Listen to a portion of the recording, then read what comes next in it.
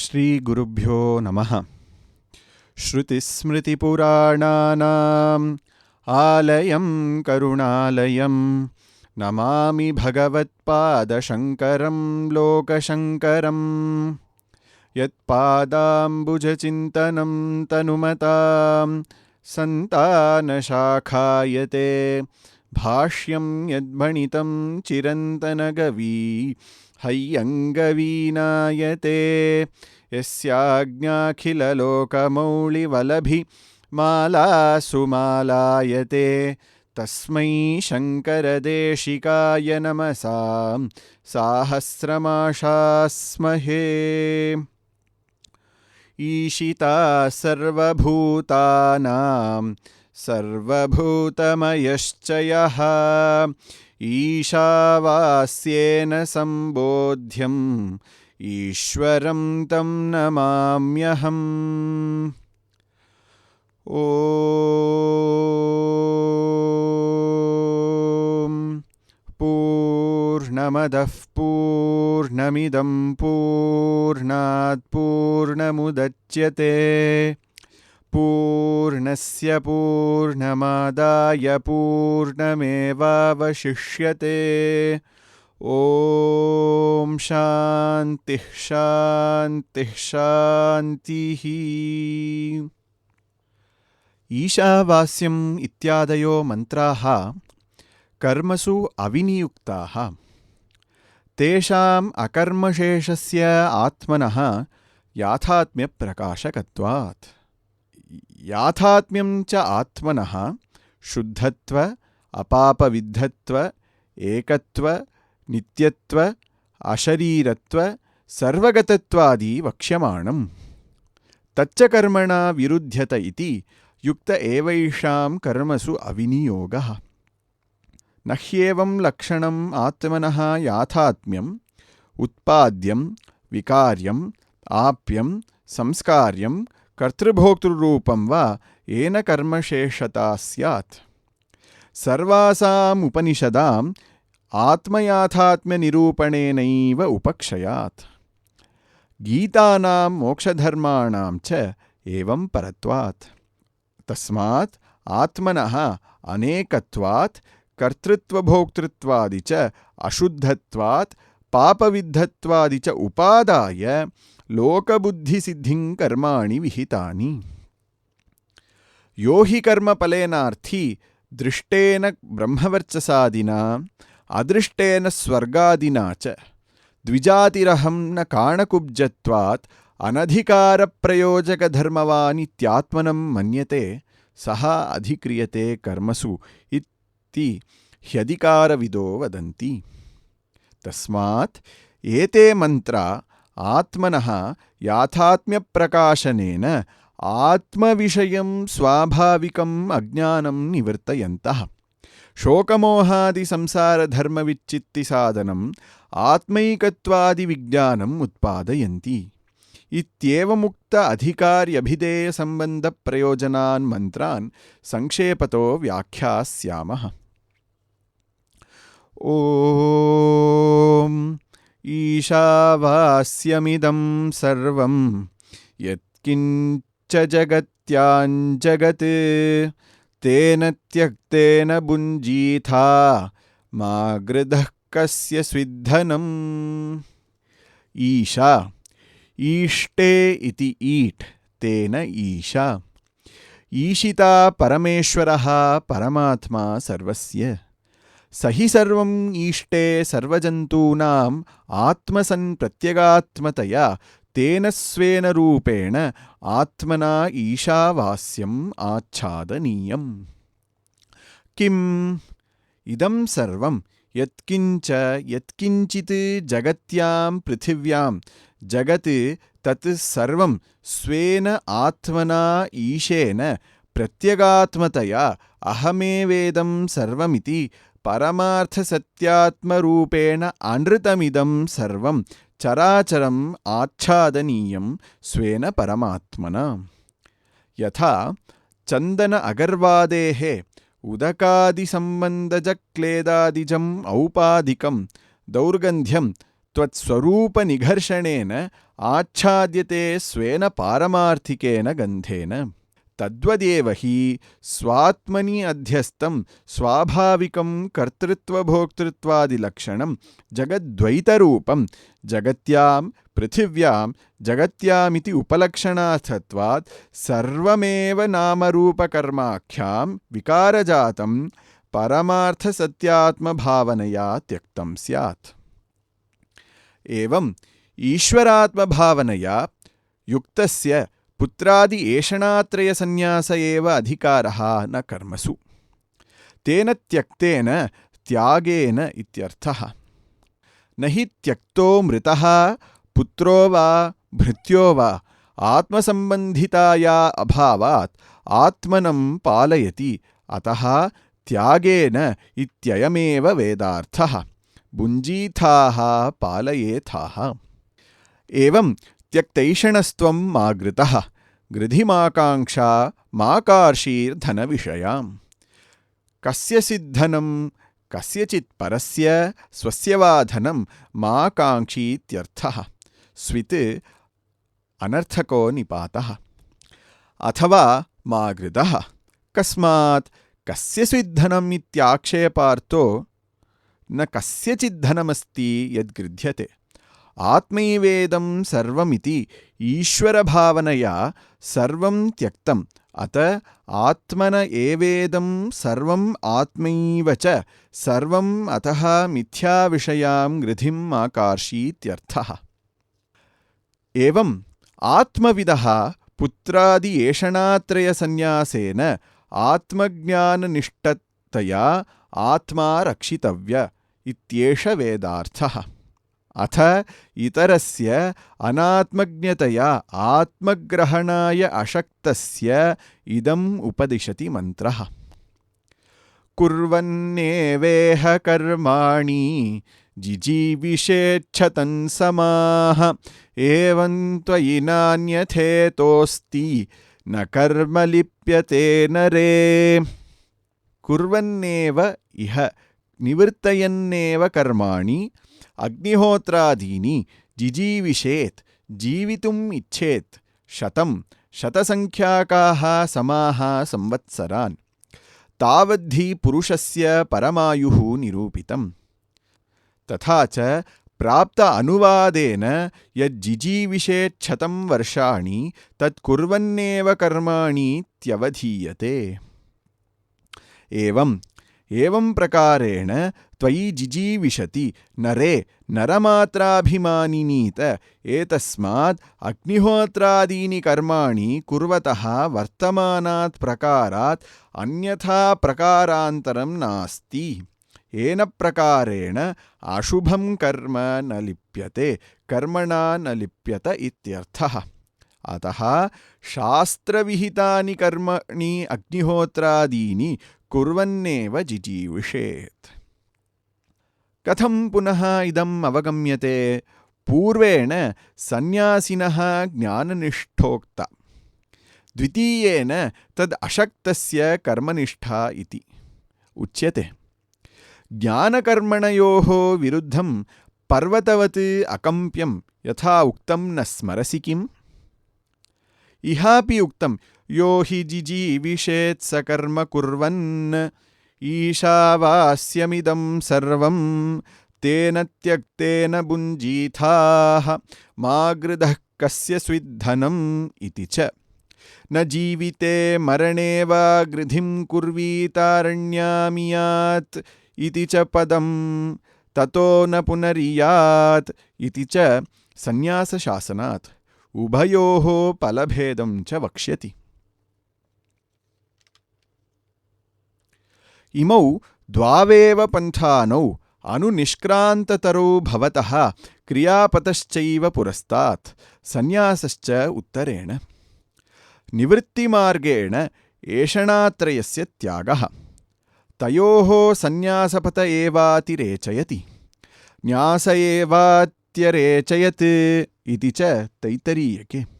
द्वामिवावथ पन्थानौ यत्र वेदाः प्रतिष्ठिताः प्रवृत्तिलक्षणो धर्मो निवृत्तौ च सुभाषितः इत्यादि पुत्राय विचार्य निश्चितम् उक्तं व्यासेन वेदाचार्येण भगवता। विभागाञ्च अनयोः दर्शयिष्यामः। असुर्या नाम ते लोका अन्धेन तमसावृताः तांस्ते प्रेत्याभिगच्छन्ति एके चात्महनो जनाः। असुर्याः परमात्मभावम् अद्वयम् अपेक्ष्य देवादयोऽपि असुराः तेषाञ्च स्वभूता लोका असुर्या नामशब्दः अनर्थको निपातः। ते लोकाः कर्मफलानि लोक्यन्ते दृश्यन्ते भुज्यन्त इति जन्मानि। अन्धेन अदर्शनात्मकेन अज्ञानेन तमसावृता आच्छादिताः तान् स्थावरान्तान् प्रेत्य त्यक्त्वेमं देहम् अभिगच्छन्ति यथा कर्म यथा श्रुतम्। आत्मानं घ्नन्तीत्यात्महननाः। के ते जनाः? यः अविद्वांसः। कथं त आत्मनं नित्यं हिंसन्ति?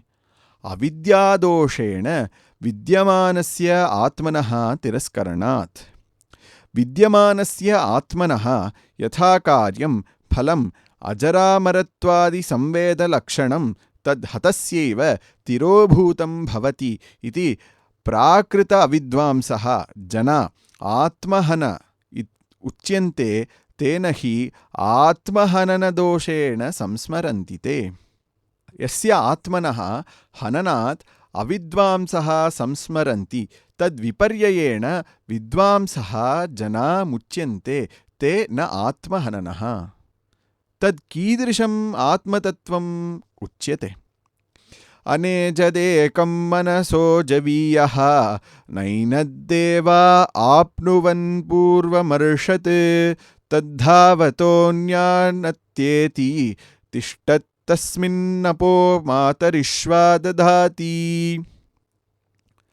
अनेजत् न एजत् एजृकम्पने कम्पनं चलनं स्व अवस्था प्रच्युतिः तद्वर्जितं सर्वदैकरूपम् इत्यर्थः। तच्च एकं सर्वभूतेषु मनसः संकल्पादिलक्षणात् जवीयः जववत्तरम्। कथं विरुद्धम् उच्यते? ध्रुवं निश्चलमिदं मनसः जवीय इति च नैष दोषः। निरूपाधि उपादिमत्वेन उपपत्तेः तत्र निरूपाधिकेन स्वेन रूपेण उच्यते। अनेजदेकम् इति मनसः अन्तःकरणस्य संकल्पविकल्पलक्षणस्य उपादेः अनुवर्तनात् इह देहस्थस्य मनसः ब्रह्मलोकादिदूरगमनं संकल्पेन क्षणमात्रात् भवति। अतः मनः जविष्टत्वं लोके प्रसिद्धम्। तस्मिन् मनसि ब्रह्मलोकादीन्द्रुतं गच्छति सति प्रथमं प्राप्त इव आत्मचैतन्यावभासो गृह्यते। अतः मनसः जवीय इत्याह। नैनद्देवा द्योतनाद्देवाः चक्षुरादीनीन्द्रियाणि एतत् प्राकृतम् आत्मतत्त्वं न आप्नुवन् न प्राप्तवन्तः तेभ्यः मनः जवीयः। मनोव्यापारव्यवहितत्वात् आभासमात्रमपि आत्मनः नैव देवानां विषयी भवति। यस्मात् जवनान् मनसः अपि पूर्वमर्षत् पूर्वमेव गतं व्योमवद्व्यापित्वात् सर्वव्यापि तद् आत्मतत्त्वं सर्वसंसारधर्मवर्जितं स्वेन निरूपाधिकेन स्वेन रूपेण अविक्रियमेव सदुपाधिकृताः सर्वाः संसारविक्रिया अनुभवतीत्यविवेकिनां मूढानाम् इव च प्रतिदेहं प्रत्यवभासत इत्येतदाह। तद्धावतः धृतं गच्छतः अन्य अनात्मविलक्षणान् मनः वागिन्द्रियान् प्रभृतीन् अत्येति अतीत्य गच्छति इव। इवार्थं स्वयमेव दर्शयति तिष्ठत् इति स्वयम् अविक्रियमेव सत् इत्यर्थः। तस्मान् आत्मतत्त्वे सति नित्यचैतन्यस्वभावे मातरिश्वा मातरी अन्तरिक्षे श्वयति गच्छति इति मातरिश्वा वायुः स्वप्राणभृत् क्रियात्मकः यत् आश्रयाणि कार्यकरणजातानि यस्मिन् ओतानि प्रोतानि च यत् सूत्रसंज्ञकं सर्वस्य जगतः विधारयितृ स मातरिश्वा। अपः कर्माणि प्राणिनां चेष्टालक्षणानि अग्न्यादित्यपर्जन्यादीनां ज्वलनदहनप्रकाश अभिवर्षणादीनि लक्षणानि दधाति विभजति इत्यर्थः। धारयतीति वा भीषास्माद्वातः पवते इत्यादि श्रुतिभ्यः सर्वा हि कार्यकरणादिविक्रिया नित्यचैतन्य आत्मस्वरूपे सर्व आस्पदभूते सत्येव भवन्ति इत्यर्थः। न मंत्राणां जामितास्सीति। पूर्वमन्त्र उक्तम् अपि अर्थं पुनराह। तदेजति तन्नैजति तद्दूरे तद्वन्तिके तदन्तरस्य सर्वस्य तदु सर्वस्यास्य बाह्यतः।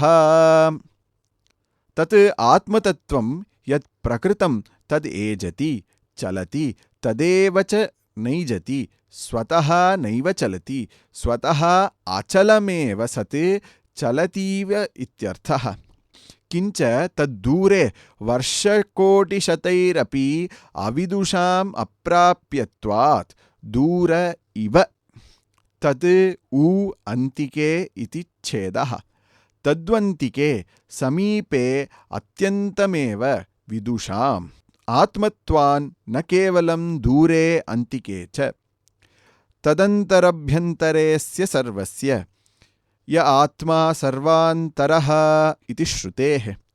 यस्य सर्वस्य जगतः नामरूपक्रियात्मकस्य तदु अपि सर्वस्य अस्य बाह्यतः व्यापकत्वात् आकाशवन् निरतिशयसूक्ष्मत्वात् अन्तः प्रज्ञानघन एव इति च शासनान्निरन्तरञ्च। यस्तु सर्वाणि भूतानि आत्मन्येवानुपश्यति सर्वभूतेषु चात्मानं ततो न विजुगुप्सते। यः परिव्राड् मुमुक्षुः सर्वाणि भूतानि अव्यक्तादीनि स्थावरान्तानि आत्मन्येव अनुपश्यति आत्मव्यतिरिक्तानि न पश्यति इत्यर्थः। सर्वभूतेषु च तेष्वेव च आत्मानं तेषामपि भूतानां स्वम् आत्म अनात्मत्वेन यथा अस्य देहस्य कार्यकरणसङ्घातस्य आत्मा अहं सर्वप्रत्ययसूक्ष्मभूतश्चेतयिता केवलः निर्गुणो अनेनैव स्वस्वरूपेण अव्यक्तादीनां स्थावरान्तानाम् अहमेवम् आत्मेति सर्वभूतेषु च आत्मनं निर्विशेषं यस्तु अनुपश्यति स ततः तस्मादेव दर्शनान् न विजुगुप्सते विजुगुप्सां घृणां न करोति। प्राप्तस्य अनुवादः अयम्। सर्वा हि घृणात्मनः अन्यद्धुष्टं पश्यतो भवति आत्मानम् एव अत्यन्तं विशुद्धं निरन्तरं पश्यतः न घृणां निमित्तम् अर्थान्तरम् अस्तीति प्राप्तमेव ततः न विजुगुप्सत इति। इममेव अर्थम् अन्यः अपि मन्त्र आह। यस्मिन् सर्वाणि भूतानि आत्मैवाभूद्विजानतः तत्र को मोहः कः शोक एकत्वमनुपश्यतः। यस्मिन् काले यथा उक्तानि वा तान्येव भूतानि सर्वाणि परमार्थात्मदर्शनात् आत्मैवाभूत् आत्मैव संवृतः परमार्थवस्तु विजानतः तत्र तस्मिन् काले तत्र आत्मनि वा को मोहः कः शोकः। शोकश्च मोहश्च कामकर्मबीजम् अजानतः भवति। न तु आत्मैकत्वं विशुद्धं गगनोपमं पश्यतः। को मोहः कः शोक इति शोकमोहयोः अविद्याकार्ययोः आक्षेपेण असम्भवप्रदर्शनात् स कारणस्य संसारस्य अत्यन्तमेव उच्छेदः प्रदर्शितो भवति। योऽयम् अतीतैः मन्त्रैः उक्त आत्मा स स्वेन रूपेण किं लक्षण इत्याहं मन्त्रः। सपर्यगाच्छुक्रमकायमव्रणम् अस्नाविरं शुद्धमपापविद्धं कविर्मनीषी परिभूः स्वयंभू याथा तथ्यतो अर्थान् व्यदधाच्छाश्वतीभ्यः समाभ्यः। स यथोक्त आत्मा पर्यगात् परिसमन्तात् अगाद् गतवान् आकाशवद्व्यापीत्यर्थः। शुक्रं शुद्धं ज्योतिष्मद्दीप्तिमान् इत्यर्थः। अकायम् अशरीरः लिङ्गशरीरवर्जित इत्यर्थः। अव्रणम् अक्षतम्। अस्नाविरं स्नावाः शिरा यस्मिन्न विद्यते इत्यस्नाविरम्। अव्रणम् अस्नाविरम् इत्याभ्यां स्थूलशरीरप्रतिषेधः। शुद्धं निर्मलम् अविद्यामलरहितमिति कारणशरीरप्रतिषेधः। अपापविद्धं धर्माधर्मादिपापवर्जितम्। शुक्रमित्यादीनि वचांसि पुल्लिङ्गत्वेन परिणेयानि। सपर्यगादित्युपक्रम्य कविर्मनीषी इत्यादिना पुल्लिङ्गत्वेन उपसंहारात्। कविः क्रान्तदर्शी सर्वदृक्। नान्योतोऽस्ति द्रष्टा इत्यादि श्रुतेः। मनीषी मनसा ईशिता सर्वज्ञ ईश्वर इत्यर्थः। परिभूः सर्वेषां पर्युपरि भवति इति परिभूः। स्वयंभूः स्वयमेव भवति इति। येषामुपरि भवति यश्चोपरि भवति स सर्वः स्वयमेव भवति इति स्वयंभूः। स नित्यमुक्त ईश्वरः याथा तथ्यतः। सर्वज्ञत्वात् यथा तथा भावः। याथा तथ्यं तस्मात् यथाभूतकर्मफलसाधनतो अर्थान् कर्तव्यपदार्थान् व्यवधात् विहितान् यथानुरूपं विभजतीत्यर्थः। शाश्वतीभ्यः नित्याभ्यः समाभ्यः संवत्सराख्येभ्यः प्रजापतिभ्यः इत्यर्थः। अत्र आद्येन मन्त्रेण सर्व एषणा परित्यागेन ज्ञाननिष्ठा उक्ता। प्रथमः वेदार्थः। ईशावास्यमिदं सर्वं मागृदः कस्य स्विद्धनम् इति। अज्ञानजिजीविषूणां ज्ञाननिष्ठ असम्भवे कुर्वन्नेवेह कर्माणि जिजीविषेत् इति कर्मनिष्ठा उक्ता द्वितीयो वेदार्थः। अनयोश्च निष्ठयोः विभागयोः मन्त्रप्रदर्शितयोः बृहदारण्यके अपि प्रदर्शितः। सोकामयत जायामे स्यात् इत्यादिना अज्ञस्य कामिनः कर्माणि इति। मन एव स्यात्मा वाग्जाया इत्यादिवचनात् अज्ञत्वं कामित्वं च कर्मनिष्ठस्य निश्चितम् अवगम्यते। तथा च तत्फलं सप्तान्नः सर्गस्तेष्वात्मभावेन आत्मस्वरूप अवस्थानम्। जायादि एषणात्रयसन्न्यासेन च आत्मविदां कर्मनिष्ठा प्रातिकूल्येन आत्मस्वरूपनिष्ठैव दर्शिता। किं प्रजया करिष्यामो येषां नोऽयमात्मायं लोकः इत्यादिना। ये तु ज्ञाननिष्ठाः सन्न्यासिनः तेभ्यः असुर्या नाम त इत्यादिना अविद्वन्निन्दाद्वारेण आत्मनः याथात्म्यं सपर्यगात् इत्येतदन्तैः मन्त्रैः उपदिष्टम्। ते हि अत्र अधिकृता न कामिन इति। तथा च श्वेताश्वतरोणमन्त्रोपनिषदि अत्याश्रमिभ्यः परमं पवित्रं प्रोवाच सम्यग् ऋषिसङ्घजुष्टम् इत्यादि विभज्य उक्तम्।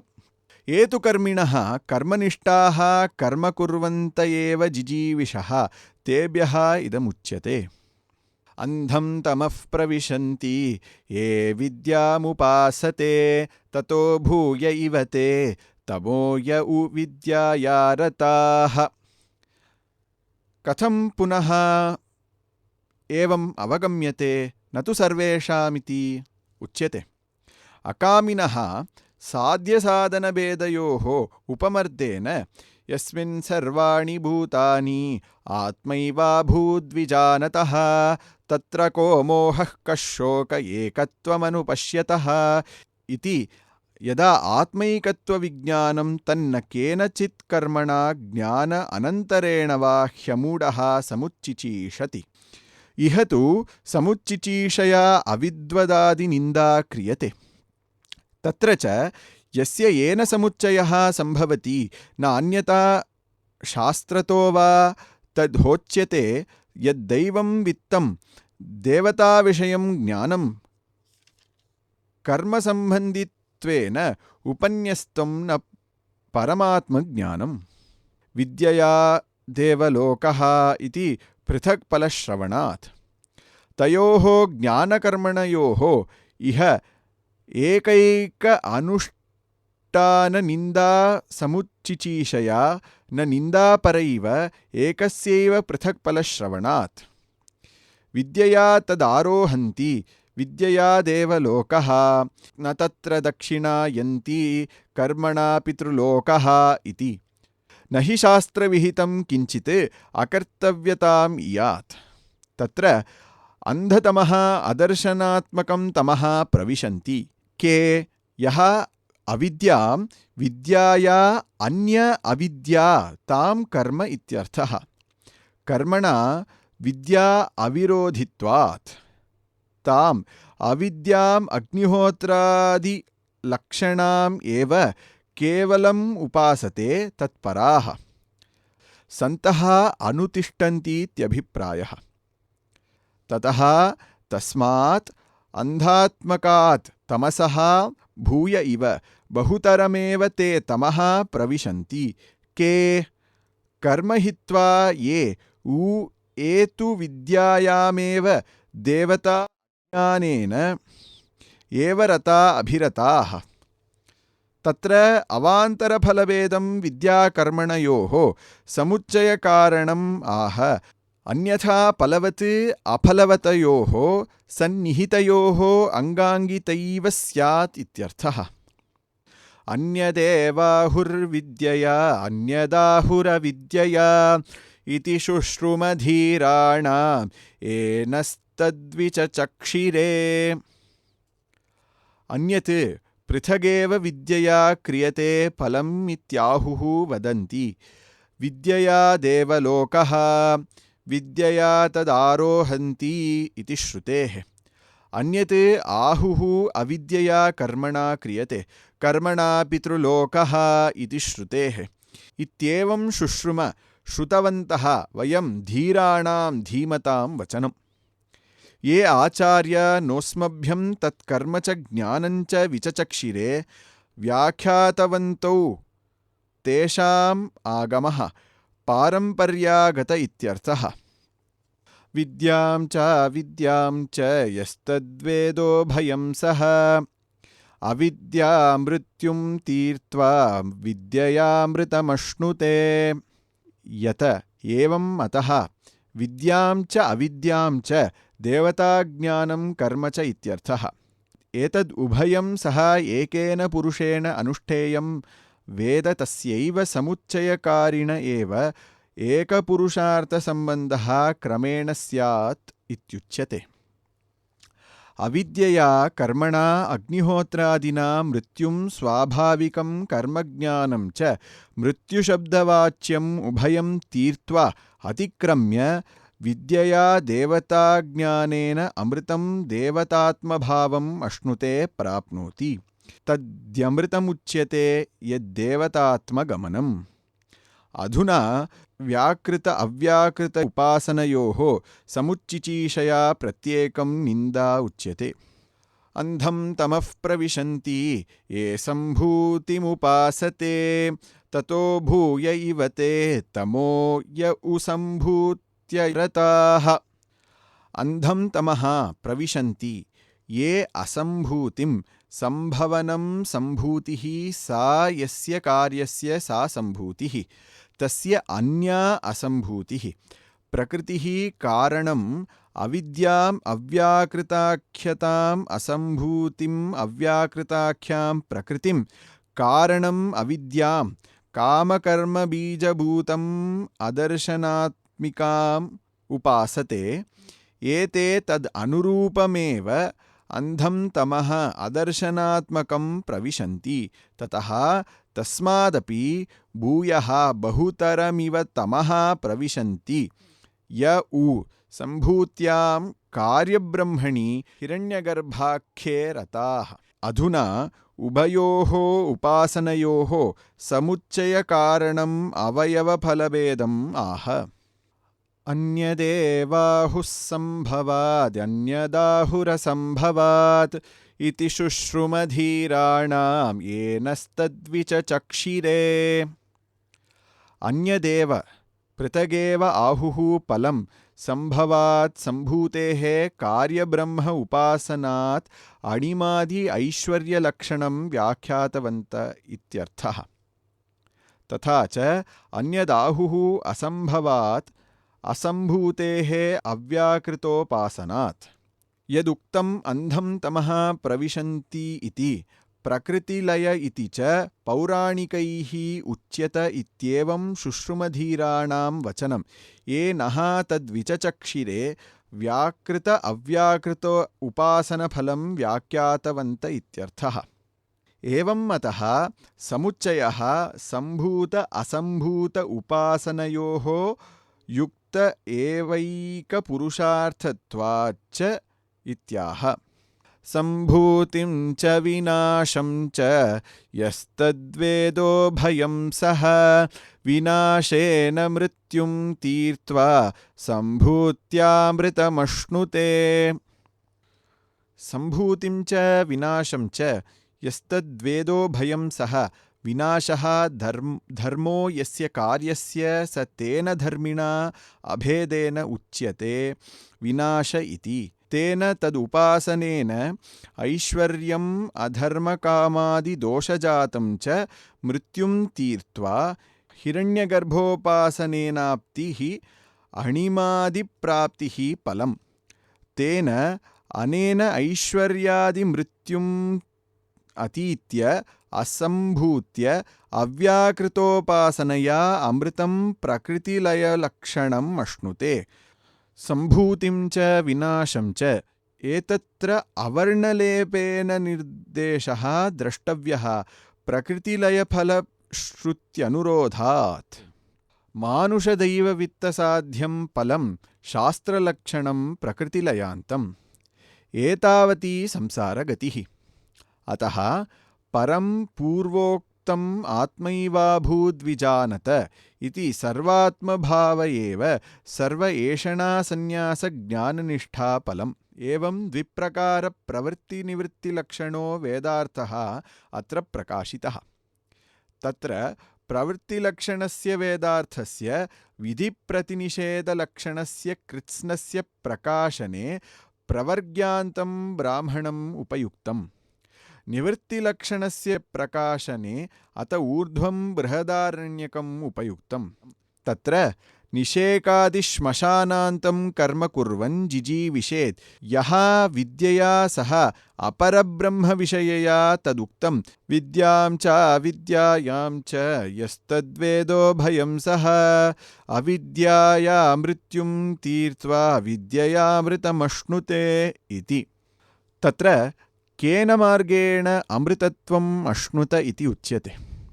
तद्यत् तत्सत्यम् असौ स आदित्यः य एष एतस्मिन् मण्डले पुरुषः यश्चायं दक्षिणे अक्षन् पुरुष एतद् उभयं सत्यम्। ब्रह्मोपासिनः यथा उक्तकर्मकृच्च यः सः अन्तकाले प्राप्ते सत्य आत्मानम् आत्मनः प्राप्तिद्वारं याचते हिरण्मयेन पात्रेण सत्यस्यापि हितं मुखं तत्त्वं पूषन्नपावृणु सत्यधर्माय दृष्टये। हिरण्यमिव हिरण्मयं ज्योतिर्मयम् इत्येतत् तेन पात्रेणेव अपिधानभूतेन सत्यस्यैव आदित्यमण्डलस्थ ब्रह्मणः अपिहितम् आच्छादितं मुखं द्वारं तत्त्वं हे पूषन् अपावृणु अपसारय सत्यस्य उपासनात् सत्यं धर्मो यस्य सोऽहं सत्यधर्मा तस्मै मह्यम् अथवा यथाभूतस्य धर्मस्य अनुष्ठात्रे दृष्टये तव सत्यात्मना उपलब्धये। पूषन्नेकर्षे यमसूर्यप्रजापत्यव्यूहरश्मीन् समूह तेजो यत्ते रूपं कल्याणतमं तत्ते पश्यामि योऽसावसौ पुरुषसोऽहमस्मि।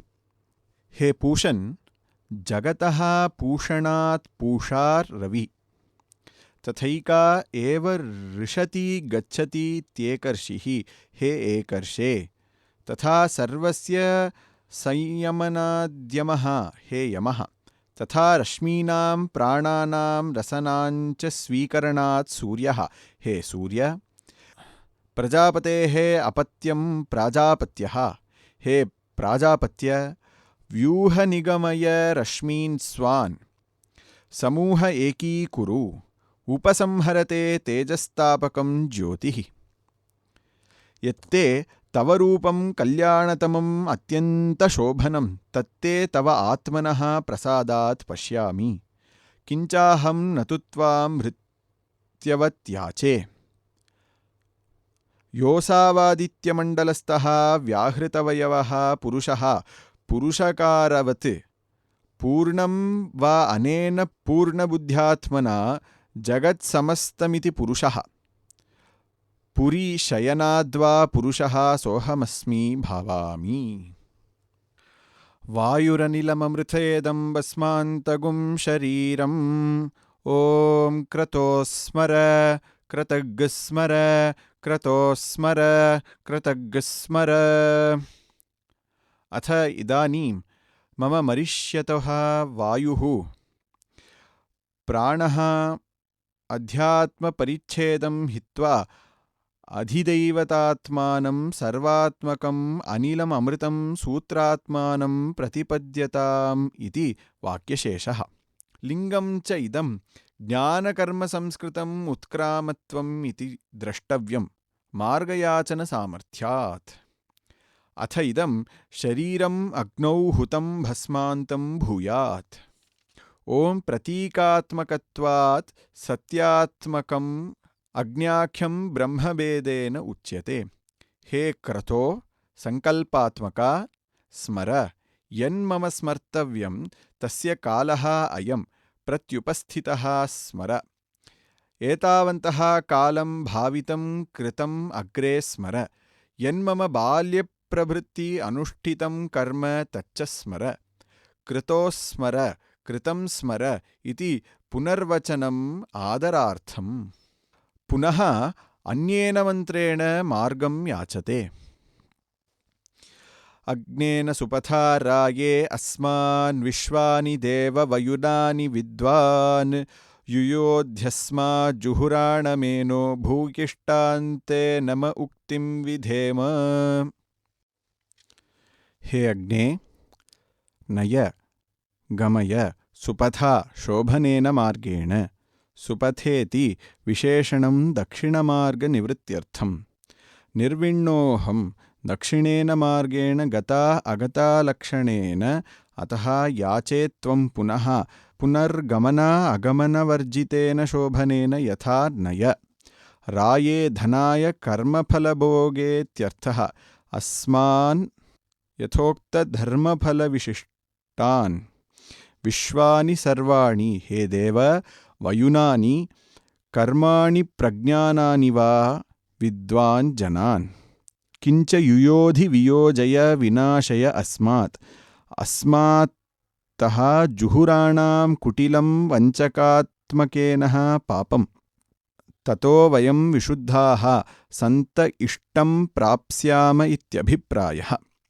किन्तु वयम् इदानीं ते न शक्नुमः परिचर्यां कर्तुम्। भूयिष्ठां बहुतरां ते तुभ्यं नम इति उक्तिं नमस्कारवचनं विधेम, नमस्कारेण परिचरेम इत्यर्थः। अविद्यया मृत्युं तीर्त्वा विद्ययामृतमश्नुते, विनाशेन मृत्युं तीर्त्वा सम्भूत्यामृतमश्नुते इति श्रुत्या केचित् संशयं कुर्वन्ति। अतः तन्निराकरणार्थं संक्षेपतो विचारणं करिष्यामः। तत्र तावत् किन्निमित्तः संशयः इति उच्यते। विद्याशब्देन मुख्या परमात्मविद्यैव कस्मान् न गृह्यते अमृतत्वञ्च। ननु उक्तायाः परमात्मविद्यायाः कर्मणश्च विरोधात् समुच्चयानुपपत्तिः। सत्यं, विरोधस्तु नावगम्यते विरोध अविरोधयोः शास्त्रप्रामाण्यकत्वात्। यथा अविद्यानुष्ठानं विद्या उपासनञ्च शास्त्रप्रमाणकं, तथा तद्विरोध अविरोधौ अपि। यथा च न हिंसात् सर्वभूतानि शास्त्रात् अवगतं, पुनः शास्त्रेणैव बाध्यते अध्वरे पशुं हिंसादिति। एवं विद्या अविद्ययोः स्यात् विद्याकर्मणयोश्च समुच्चयः। न दूरमेते विपरीते विशूची अविद्याया च विद्या इति श्रुतेः। विद्यां च अविद्यां चेति वचनात् अविरोध इति चेत् न हेतुस्वरफलविरोधात्। विद्या अविद्या विरोध अविरोधयोः विकल्पसम्भवात् समुच्चयविधानात् अविरोध इति एवेति चेत् न सहसम्भवानुपपत्तेः। क्रमेण एकाश्रये स्यातां विद्या अविद्या इति चेत् न विद्या उत्पत्तौ अविद्याया हि अस्तत्वात् तदाश्रये अविद्यानुपपत्तेः। न हि अग्निः उष्णः प्रकाशश्च इति विज्ञानेन उत्पत्तौ यस्मिन् आश्रये तदुत्पन्नं तस्मिन्नेव आश्रये शीतः अग्निः प्रकाशश्च वेत्यविद्यया उत्पत्तिर्नापि संशयः अज्ञानं वा। यस्मिन् सर्वाणि भूतानि आत्मैवाभूत् विजानतः, तत्र को मोहः कशोक एकत्वमनुपश्यतः इति शोकमोहात् असम्भवश्रुतेः। अविद्यासम्भवात् तदुपादानस्य कर्मणः अपि अनुपपत्तिम् अवोचाम। अमृतमश्नुत इति आपेक्षिकम् अमृतम्। विद्याशब्देन परमात्मविद्याग्रहणे हिरण्मयेन इत्यादिना द्वारमार्गादियाचनम् अनुपपन्नं स्यात्। तस्मात् उपासनया समुच्चयः न परमात्मविज्ञानेन इति यथा अस्माभिर्व्याख्यात एव मन्त्राणाम् अर्थ इत्युपरम्यते इति श्रीमत्परमहंसपरिव्राजकाचार्यस्य श्रीशङ्करभगवत्पादकृत ईशावास्योपनिषद्भाष्यं सम्पूर्णम्। हरिः ओं तत्सत्।